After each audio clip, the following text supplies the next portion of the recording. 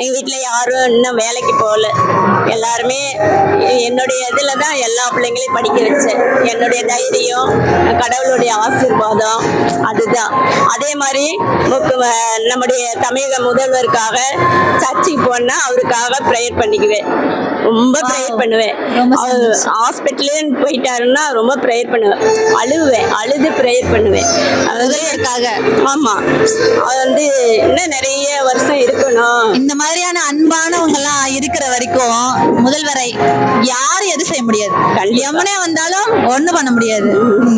ரொம்ப பாசம். அதாவது நான் கடலூர் மாவட்டம் பிறந்தது, கரூர் மாவட்டத்தில் மேரேஜ் பண்ணிக்கிட்டேன். அங்கேயும் கடலூர் மாவட்டத்தில் எல்லாமே எல்லாம் டிஎம்கே தான். வாவ்.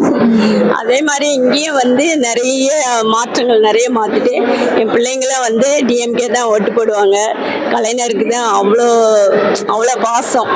எல்லாரை விட முக ஸ்டாலின் நம்முடைய தமிழக முதல்வர் மேலே ரொம்ப பாசம். அதான் சொல்லுவேன், அழுது ப்ரேயர் பண்ணுவேன். உடனே அவருக்கு இன்னும் நிறைய வருஷம் அவர் நல்ல உடல் சுகத்தோட நல்லா இருக்கணும்னு கடவுள்கிட்ட ப்ரேயர் பண்ணிக்கிறோம். ரொம்ப சந்தோஷமா நீங்க இவ்வளவு ஃபீல் பண்ணி பேசுறதே எனக்கு ரொம்ப நெகிழ்ச்சியா இருக்கு.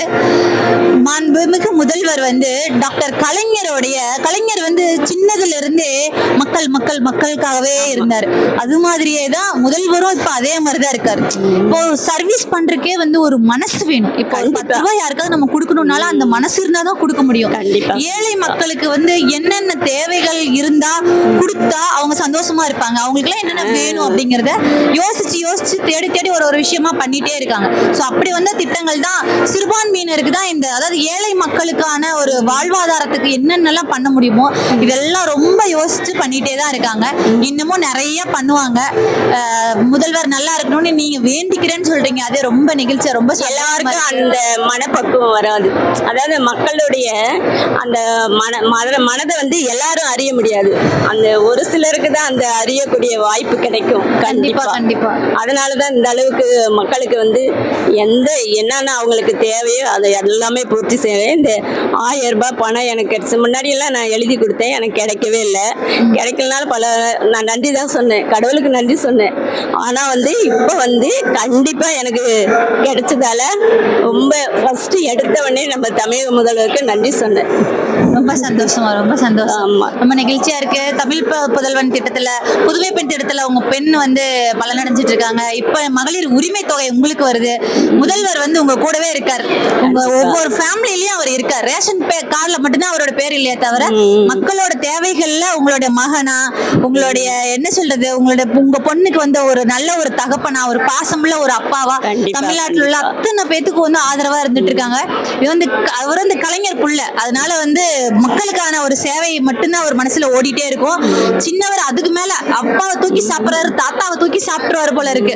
உதயநிதி அண்ணா அப்படியே இறங்கிட்டாரு, களத்துல இறங்கி மக்கள் இன்னைக்கு இளைஞர்களை வந்து அப்படி ஒண்ணு சேர்த்தி பண்ணிட்டு இருக்காரு. ரொம்ப நல்ல விஷயம். கண்டிப்பா இது வந்து நிறைய பேர் சொல்றாங்களே வாரிசு அரசியல் இருந்துட்டு போட்டுமே, அடுத்தடுத்த வாரிசுகள் வந்து மக்களுக்காகவே பிறந்து வர்றாங்க பாருங்களா. இது எல்லாத்துக்கும் இது கிடைக்கிறது இல்ல. ரொம்ப இது வந்து திமுக மட்டும் கிடைச்ச ஒரு கடவுள் கொடுத்த ஒரு வரப்பிரசாதனை பார்க்கலாம். ரொம்ப சந்தோஷமா நீங்க எல்லாரும் வந்து ஒத்துழைப்பு கொடுத்து பேசுனதுக்கு ரொம்ப நன்றி. உங்களுடைய உணர்வுகளை பகிர்ந்துட்டதுக்கு ரொம்ப ரொம்ப நன்றி. சந்தோஷம். நன்றி. பாலாஜிக்கு நன்றி, முதல்வருக்கு நன்றி, சின்ன மக்களுக்கு நன்றி. நன்றி.